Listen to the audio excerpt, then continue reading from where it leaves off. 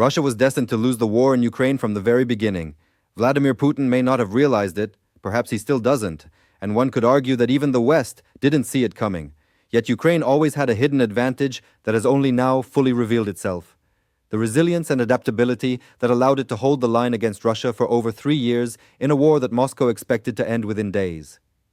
The key reason Putin will never win in Ukraine comes down to one factor: technological superiority, and Ukraine has achieved it while Russia has failed. According to analyst Paul Warburg, Ukraine's technological edge is not simply a result of its Western partnerships. It's rooted in the fundamental differences between Ukrainian and Russian societies, their governance, and their military strategies. As each day passes, Russia grows weaker while Ukraine becomes stronger, particularly in the realm of technology. Warburg explains that throughout the war, Ukraine's technological evolution has been relentless, reaching a point where Russia simply cannot keep up. Consider Ukraine's recent creation, the Flamingo, a hybrid between a cruise missile and a drone, incorporating features of a penetrator bomb. This weapon is unlike anything built before, emerging from years of experimentation and innovation. Capable of reaching 3,000 kilometers into Russian territory while carrying a warhead of over a ton, the Flamingo is proof of Ukraine's unique ability to merge creativity with necessity. Unlike Russia, which stagnates under rigid control, Ukraine allows its innovators to experiment freely and rewards them for success. The Flamingo is just one example. Ukraine has also revolutionized its defense through the mass production of low-cost interceptor drones designed to destroy Russia's Shahid-type kamikaze drones. These interceptors, costing roughly $1,000 each, have proven so effective that the United Kingdom has joined in funding Project Octopus, which aims to produce thousands monthly. Ukraine's ultimate goal is to deploy 1,000 interceptors per day, turning Russian drone swarms into a futile and expensive effort. Each Ukrainian drone that destroys a Shahid not only saves lives, but also drains Russia's financial and logistical resources. At the same time, Ukraine is advancing into artificial intelligence warfare. By September 2nd, Ukraine became the first nation in history to deploy AI-controlled drone swarms in combat. These autonomous machines require minimal human input and can identify, track, and eliminate enemy infantry or armor on their own. With these AI drones, Ukraine has effectively turned Russia's manpower advantage against itself. But Warburg's argument extends beyond weapons. It is not merely the existence of advanced tools that gives Ukraine the edge, it's how they are used. Ukrainian forces integrate drones, AI, and civil intelligence into a dynamic strategy that adapts faster than Russia can react.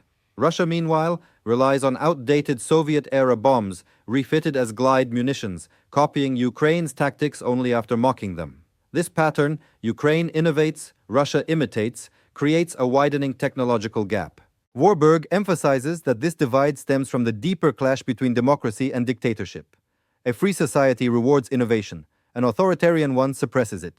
In Ukraine, inventors and engineers are motivated to solve problems and are recognized for their achievements. In Russia, innovators fear success, knowing it could attract the unwanted attention of oligarchs or corrupt officials eager to exploit their work. Thus, Russia's system strangles creativity at birth, while Ukraine's democracy fuels it. Consider the numbers. In September alone, Russia launched 5,636 drones at Ukraine, a 39% increase from the previous month, yet Ukraine's affordable interceptors continue to neutralize them.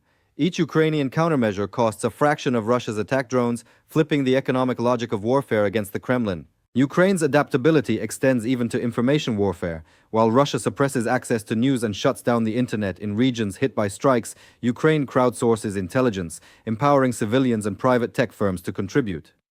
Information and innovation are shared across society, amplifying Ukraine's capacity to respond quickly and creatively to every new threat. The consequences for Russia have been catastrophic. Since the start of the invasion, it has suffered over 1 million casualties, lost more than 11,200 tanks, and seen nearly 23,300 armored vehicles destroyed. Initially, Russia ridiculed Ukraine's use of drones. Now it desperately tries to replicate those very tactics, but remains perpetually behind. Its interceptor drones are still in testing, years away from battlefield readiness, while Ukraine already deploys its versions at scale. This widening gap echoes the Cold War. As historian Chris Miller noted in Chip War, America's innovation, like Texas Instruments' invention of the integrated circuit, helped the US leap ahead technologically, while the Soviet Union lagged and resorted to theft. The same pattern now repeats. Ukraine invents, Russia steals, copies, and fails to match. Its Shahid-style drones are borrowed from Iran, just as its technology depends on black market imports restricted by sanctions. The Center for Strategic and International Studies identified three systemic flaws in Russia's innovation structure even before the war: isolationist supply chains, declining scientific education, and sanctions limiting access to modern technology. Add to that the suffocating presence of oligarchs, a mafia-like elite that taxes every new idea, and it becomes clear why Russia cannot compete.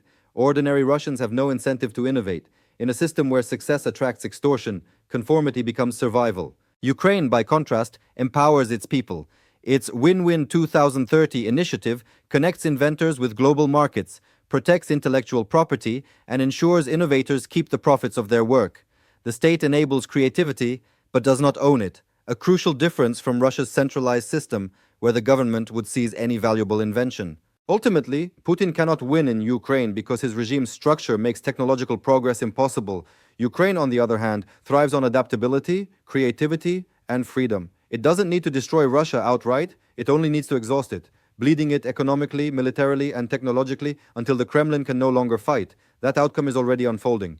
Russia's oil refineries burn under drone strikes, its army bleeds on the battlefield, and its society stagnates under fear. Ukraine's innovation, born of necessity and freedom, has turned the tide of war.